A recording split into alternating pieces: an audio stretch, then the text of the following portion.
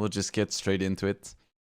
So Dreamers Esports, they managed to take a pretty convincing game number 1 with a first pick Phantom Lancer, which I thought was very creative, and I was doubtful at first, but the fact that they picked it together with his Shadow Demon really sealed the deal for me, and it looks like they have a similar plan this time, because once again they first faced Shadow Demon. This time they're gonna be pairing it up with a Bloodseeker, and the reason for this is pretty simple. It's against the Pango. And if there is any hero that Pango hates playing against, it's definitely Bloodseeker. Because normally, Rolling Thunder is like a pseudo invulnerability, because you're moving really fast and you're magic immune, but of course Bloodseeker, with his Rupture, not only punishes fast moving heroes, but also pierces magic immunity. So it's just an awful matchup all around. So once again, strong opener by Dreamers Esports, but of course, this is the start of a new game. It's new chances for everyone. Radiant's pick. We'll see if SG Esports can bring it back here. They already picked themselves up a Weaver, which we spoke about last game, is very strong against Shadow Demon and is decent-ish as a support against Bloodseeker. As a core, it used to be really bad because Bloodseeker has a silence, and also if you use time-lapse and you rupture it, that is like a risky proposition. Dyer's pick. But as a support, it's actually quite nice sometimes, because if you have the Aghanims, you can kind of negate rupture. Your core can just stand still and chill, and then when he gets low, you just time-lapse him, and he tends to be fine afterwards. SG Esports, they pick up Crystal Maiden. This is a new hero. 5 seconds. See, have we seen any Crystal Maiden recently? I'm not sure. I'm not sure at all.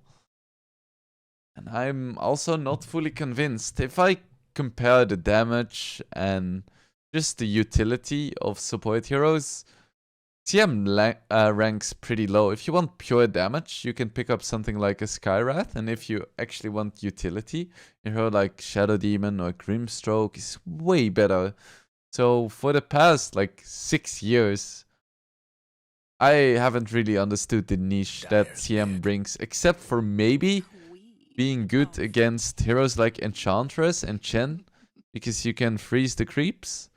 But those heroes aren't even in the game, so what is CM doing here? Lord knows.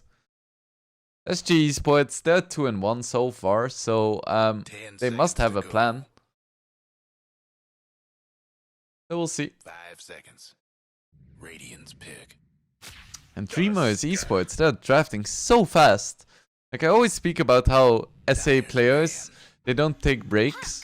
So as a caster, it's pretty exhausting, because normally when you speak for 45 minutes straight, it tends to be nice to, you know, have a drink, have some food, take some rest. But these kids are like, nah, we just finished our game, we're instantly gonna play the next, and then the next, and then play pubs, and then they just breathe Dota, which is something I absolutely love to see. But at the same time, oof, makes my job a lot more difficult, especially when I'm solo casting. Still, wouldn't have it on any other way. The passion for Dota is what keeps this scene alive. So Dreamers, they pick up the Queen of Pain as a response to the Pango Weaver CM. And they pick up the Tusk as well. Very good hero against heroes like CM. Just getting on top of them, making sure that they don't have a good time. And a pretty solid save against Puck as well. Just being able to roll out of the Dream Coil. Radiant's banned. The Puck was a response to the Quap. That's most likely going to be a mid matchup. I would say it's arguably one of the most classic matchups in the game. Dyer's pick. Just the Puck against the Queen of Pain. Slightly favorable towards the Puck in the past, at least. With the new style of Queen of Pain, it's a bit more even, I would say. But it's still always a very fun matchup to watch, because it's super skill dependent and there is a lot of kill potential going either direction. SG Esports banning the Gyrocopter and the Anti-Mage, not knowing that Anti-Mage is actually not a hero and it's not possible to win with him. And Dreamers Esports banning out the PA and the Morphling. So both teams leaving their carry for the last pick this time. I just hope that SG Esports doesn't think that Luna is a good idea again. Because then I might as well just walk away from my screen and come back 20 seconds later to see a destroyed Radiant Ancient. Dreamers Esports actually are gonna be running Bloodseeker in the carry position, which leaves either Tusk or Snapfire as a position 3. And either one of those options I am very happy about. Because I love seeing Tusk offlane because it's so much damage, and the same for Snapfire. They're just a lot more interesting than a lot of the more stable offlaners that you see every now and then. SG Esports does still need their carry. They now see the entire lineup for Dreamers, so let's see what's still in the pool. What is gonna be the carry that wins them the game? Tiny is out. Medusa is out. Ember is still in, but is usually not played as a carry. Could be very, very good here, because there is no reliable lockdown at all. They're just gonna go for CK. Interesting. Take your pick. So, there isn't like an absolute ton of illusion clear, but still I would say there is a solid amount. You have Snapfire, who's quite good against illusions. Tusk isn't great, but he has some clear. Quap is pretty good. Bloodseeker is decent. So I'm not sure if the CK was really the hero to take this game home. I mean, if I look at the other options, it doesn't exactly look great either. You have something like a Jug or a TB. I could see them struggling a lot as well. I think I would have loved to see the Kunkka in the carry position. It's quite good against heroes like Bloodseeker and Quap, and you don't get bursted so easily, but maybe Polka doesn't like playing it, or doesn't think it's good in this specific game. Either way, we are... Well, I was gonna say we were back into the game, but we're not back into the game. The drafts are finalized, and once again, I think I would favor Dreamers Esports draft. It just seems a little bit more well-rounded, and they have multiple win conditions. If the Queen of Pain becomes really big, or the Bloodseeker, those are both options. Or if the farm is a bit more split, but they have some momentum, I could see them taking it. They have decent Roche. But for SG, it seems to be all about the CK. Like, you don't really care about a farmed Puck or a farmed Pungo. They're strong, but they're still gonna be supporting cores. They're more about control and lockdown. So yeah, if I were Dreamers, I would just completely focus on shutting down this CK. And I definitely think it's a thing that their lineup can do. It is gonna be the... Wait. Yeah, this is gonna be the offlane Snapfire together with the Tusk. And the reason why this is so nice is because every single little Shredder attack actually procs the tag team. So if you have something like a level 3 tag team, that adds 70 damage to every single attack, and Lil Shredder is 6 hits. If I do the quick maths, that is a 420 additional damage. On top of the base damage of Lil Shredder, the armor piercing, and just the regular right clicks. But we're gonna see some level 1 action. Disruption coming out onto the Pungo, but Pungo is a pretty terrible target. We're gonna see the turnaround onto Jimmy Koff, and he is gonna be the first blood here, most likely. Like, they want to keep chasing, but Widge needs to remember that he's playing Crystal Maiden. I was gonna say, Jimmy Koff is still alive, but no. He does finally go down. First blood goes in favor of SG Esports. Nice pick for them. The game is on. Go into the in-game screen. There we go. Production, very difficult, but I got it. Don't worry. It's gonna be 4 bounties for SG. Okay. Jeez. Just look at the net worth difference. Oh boy. This is insane. 21% more net worth for SG Esports, getting the first blood and all of the bounties. Well, this is a better start for them at least. No complaints there for SG Esports fans. I think the most interesting matchup will be the mid, but this game we have a lot of kill potential in multiple lanes. We have Bloodseekers, Weavers, Shadow Demons. The lanes are just a lot more interesting than last game. So let's see how many kills I can miss. My eyes are practically glued to the HP bars. Ooh, Puck taking a solid CS lead in the mid.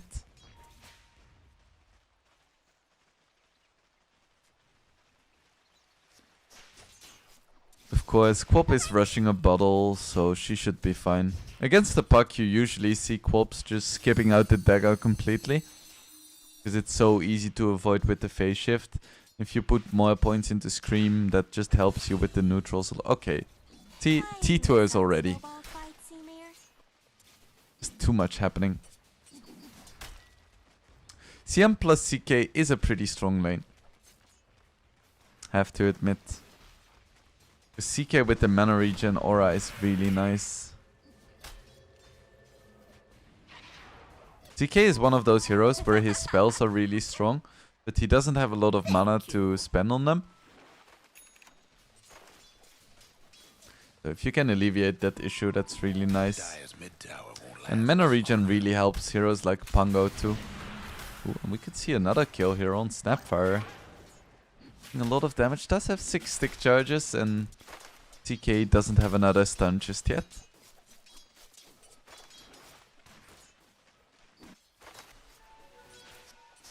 On the mid lane, both heroes just farming for now. Still a small lead for the Puck, which is to be expected as it's a slightly Puck favorable matchup. Oh, and Quop blinking in here. I am not sure about this, but this is exactly what I love to see. From this matchup, there is an orb in 1 second. That is gonna be a solo kill in favor of KXY. Man, I love this matchup. It's always fun. Oh, Korea?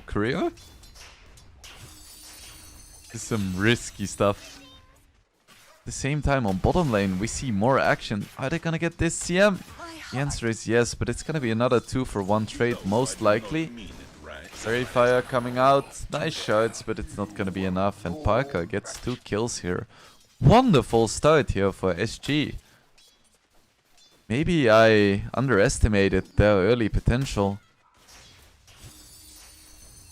Top lane has been a little bit quiet so far. Just Pango and the Bloodseeker just trading fire, but already Parker is leading by 800 net worth over Tiburonchin.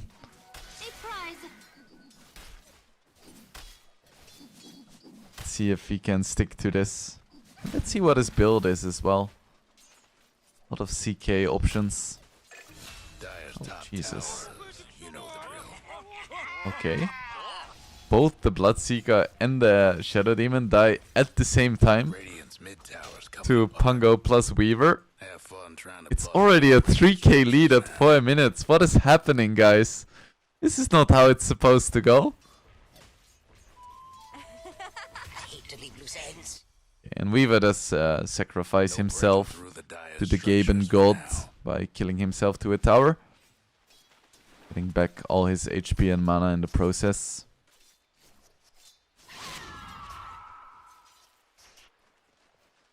On this bottom lane, both the Snapfire and the Tusk are just so low, and every time they step forward, they get engaged upon. Looks like they want to go for some kind of turnaround, but it doesn't do anything, and instead, you can see the Tusk going down again, and oh my goodness. All of the lanes are just a disaster for Dreamers. Oh, this must feel terrible. The highest farmed core is below the lowest farmed core for the other team. This is the kind of game where you need to slow it down if you're Dreamers. You can't just keep playing into this. You need to make sure that whatever you do, you stop giving up kills. Because every consecutive kill is gonna be easier. Fire could be in trouble once again, and could get the return kill maybe, but no, another crit comes out. And Quop tries to TP in, but gets coiled on the mid lane. He's Is she gonna die? No, she's gonna be fine. Fairy Fire helping out, but my goodness. What a train wreck. And now we see the Phantasm coming out, and Parker should get another kill here. 6 kills in 6 minutes for Parker here. Phew. He almost has double the net worth of the Bloodseeker. And it's not like the Bloodseeker is doing super poorly. I mean, he died once, but his CS is decent. It's just that Parker is doing so incredibly well.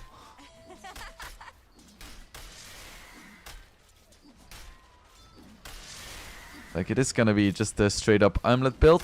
No greedy Midases just yet. Even the puck is leading by 1,000 gold over the Quab. This is a very skill dependent matchup, and I guess Miggy got outskilled this game. Guess what's happening to Dyer's bottom tower? On a bright note, Dreamers haven't lost any towers just yet.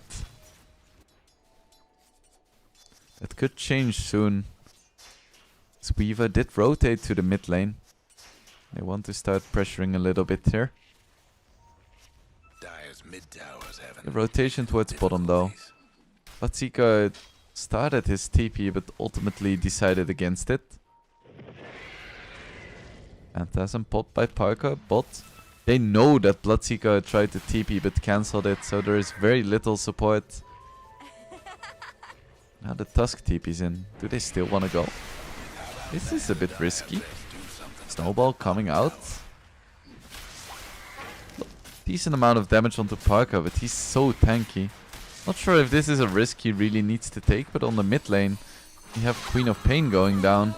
So I guess they can just do whatever they want, because in every single other lane, action is happening too. Dyer's mid tower could use a little help. 5k lead now, and Parker just doesn't care about anything. Maybe they can get some damage onto Witch, but it's just so risky. It's just, it feels like it's just a pub train where they run in, try to go for a kill attempt, and then it doesn't work and they die again. And then they try the exact same thing again. And Dreamers tried to go for some kind of rotation a few times, but it just didn't appear to work out ever, and just everything is going wrong for Dreamers. Oh, never mind. You do get a single kill here. The Draken is gonna be traded out for it, so I'm not even sure if that is worth it. If they get this kill, that is gonna be big though. There is no Sonic Wave. Can they get the kill onto Parker? The answer is yes. Nice play here by Jimmy Cove. Ooh, KXY and LTH are smoked though. They find the Quab, that would be huge, but I'm not sure if they quite have the damage. Should have the damage to kill this Tusk. Bit of a gold donation there by Blake. Brilliant Rubik performance last game, but bit of a more difficult start this game.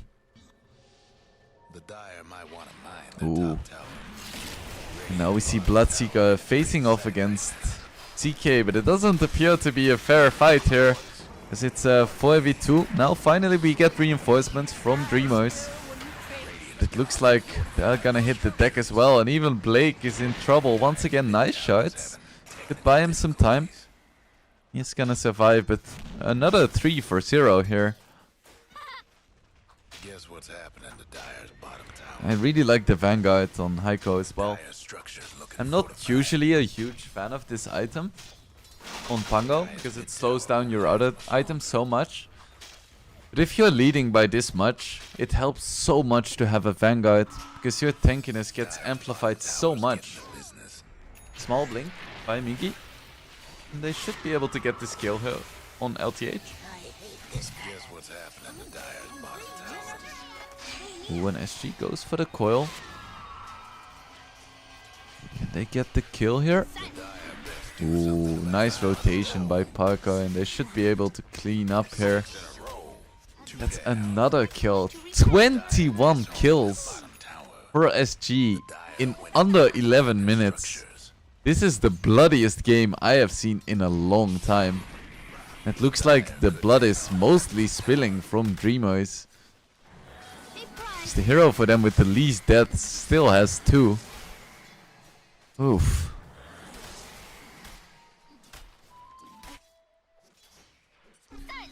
KXY not giving a second of space to Dreamos here, even stealing the creeps from Bloodseeker. Almost has his Witchblade finished, and that tends to be a sign where Puck can really start solo killing people, but he already killed 6 heroes, so... yeah, that's rough. We do see a Rupture now on KXY. This could be a big kill if they could get it, but he just TP's out, and he's gonna be completely fine. This is coming out too, but not doing too much, and it's gonna be engagement without any kills here. I guess that favors Dreamos because they're not losing harder, I guess. But they're still trailing by 8k gold.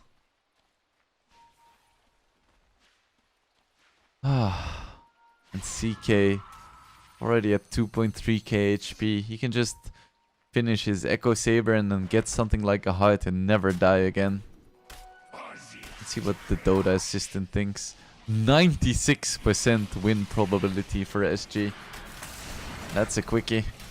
Down goes the Bloodseeker again. I would be very surprised if this game went longer than 20 minutes here. And Heiko just doesn't take any damage. He's being attacked by the enemy mid laner, but he's not taking damage. Ish. Towers are being pressured. Parker is just free farming in the top lane. I just don't know what Dreamos can do. The Dire might want to mine their top tower. We could try to go for a smoke. If they could get a kill onto KXY or Parker, that would be a very nice kill. Even Heiko would be quite nice, but Heiko is so difficult to take down. I guess same thing could be said for Parker with his 2.5k HP. Single swashbuckle and Jimmy Koff needs to start running away. Could be very nice here, but no, Parker actually comes in and boom, down goes Jimmy Koff. No chance. Heiko does get ruptured, but he doesn't really care, and the Bloodseeker is just gonna get absolutely destroyed by CK. Now Puck comes in as well, so that should be a dead Blake. Nice coil, securing the kill onto Draken as well. And even the Queen of Pain is gonna be in trouble. Ultra kill for Parker, give him the rampage, and he gets it. GGWP. SG Esports just absolutely fucking dismantles Dreamos. My goodness, that was insane. XD by Parker. Oh my goodness. I am not even sure what to say. Phew. Yeah, well, that was unexpected. I quite like this Dreamos Esports lineup, but something just went wrong. And all of their lanes got demolished. And then the few rotations, they tried to salvage it. Just didn't work out at all. So yeah, after last game, I was pretty convinced that Dreamos looked like the better teams. But now I'm not quite so sure anymore. We're gonna be going into a little bit of a break, and then we'll be back soon for game number 3, and hopefully that game will be a little bit closer than that one. So stick around, guys. My name is Wingblade, and I will be back.